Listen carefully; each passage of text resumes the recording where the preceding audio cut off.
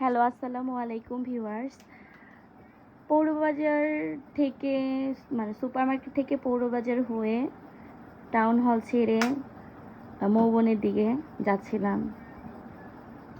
তো শহরটা মোটামুটি অনেক জ্যাম ছিল, প্রচুর জ্যাম ছিল। হয়তো সামনে পুজোর কারণে সবাই শপিং টপিং করতেছে, তার কারণে জ্যাম। কিন্তু আমি গিয়েছিলাম আমার বিড়ালের খাবার আনতে। খাবার নিয়েছি, খাবার নিয়ে বাসায় যাওয়ার সময় টাউন হলের সামনে ঢাকা বিরিয়ানি হাউসের সামনে ওখানে আটকা পড়েছি জ্যামে। এই যে জ্যামে পড়লাম, জ্যামে বেশ কিছুক্ষণ সময় আটকা পড়লাম। তো ওখানে থামলো, কিছুক্ষণ সময় থেমে আবার পার হলাম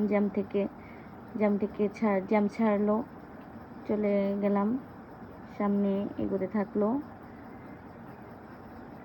তারপরে আমি আমার মতো আমার প্রিয় রংপুর শহর ঘুরলাম। ভালো লাগে আমার কাছে অনেক রংপুর শহর। আর আপনাদের কাছে কেমন লাগে জানিয়েন।